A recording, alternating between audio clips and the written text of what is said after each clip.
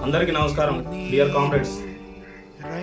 గత 3 రోజుల క్రితము తెలంగాణ రాష్ట్రంలో వ్యవసాయ శాఖ మంత్రి శ్రీ తుమ్మల నాగేశ్వరరావు గారు సీతారామ లిఫ్ట్ ఇరిగేషన్ ప్రాజెక్ట్ ఏదైతే ఉందో ఆ ప్రాజెక్ట్ తాలూకా నీళ్లను లిఫ్ట్ చేసి పూసుగూడెం నుంచి ముల్కల్పల్లి, అదేవిధంగా అన్నపరెడ్డిపల్లి, చండుగొండ, ఏనుకూరు మీదుగా తిరిగి ఎన్ఎస్పి నాగార్జున సాగర్ కాలువకు లింక్ చేయడం జరిగింది. ఆ నీటి ప్రవాహాన్ని మొన్న వదిలిపెట్టడం జరిగింది.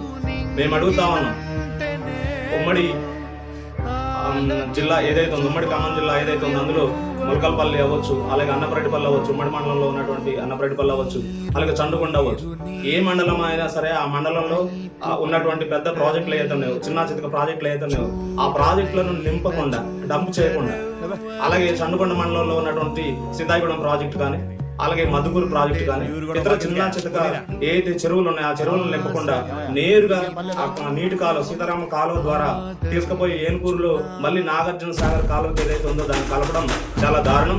అక్కడ కూడా రైతులు ఉన్నారు, దాన్ని మనం ఏం తప్పు పట్టాలి. కానీ ఇక్కడ ఉన్నటువంటి లింకు కాలువలు నింపితే గ్రౌండ్ వాటర్ కూడా పెరిగి ప్రధానంగా రైతులకు మేలు జరిగేటువంటి అవకాశం ఉంది. చండుగొండ మండలం ఒకనాడు చండుగొండకు ప్రధానంగా ఈ నాగార్జున సాగర్ కాలువ వచ్చేటువంటి సందర్భంలోనే ఆనాడు రాజకీయాలతోటి చండుగొండ మండలం మొత్తం కూడా ఎండిపోయినటువంటి పరిస్థితి, కాలువ నీళ్లు రాకుండా కాలువ తీయకుండా చేసినటువంటి పరిస్థితి మనం చూస్తాము. అందుకని చండుగొండ మండలంలో కానీ అన్నపరెడ్డిపల్లి మండలంలో రైతులంతా కూడా కన్నులు జరవాలి. ఈ సీతారాం కాలువ ద్వారా పోయేటటువంటి నీళ్లు ఏతనే ఆ నీళ్లను ముందు ఆ 2 మండలాలకు అందించిన తర్వాతే నాగార్జున సాగర్ కాలువకు కలపాలని చెప్పేసి మేము సిపిఎం పార్టీగా రైతు సంఘంగా ప్రభుత్వాన్ని మేము డిమాండ్ చేస్తా ఉన్నాం. ఒకవేళ మీరుగైనా ఈ లిఫ్ట్ కాలువను ఏర్పాటు చేయకపోతే రాబోయేటటువంటి రోజుల్లో రైతాంగాన్ని అందరినీ కూడా సమీకరించి పెద్ద ఎత్తున నీటి కోసం పెద్ద ఎత్తున ఉద్యమాలు నిర్వహిస్తామని చెప్పేసి ప్రభుత్వాన్ని డిమాండ్ చేస్తా ఉన్నాం.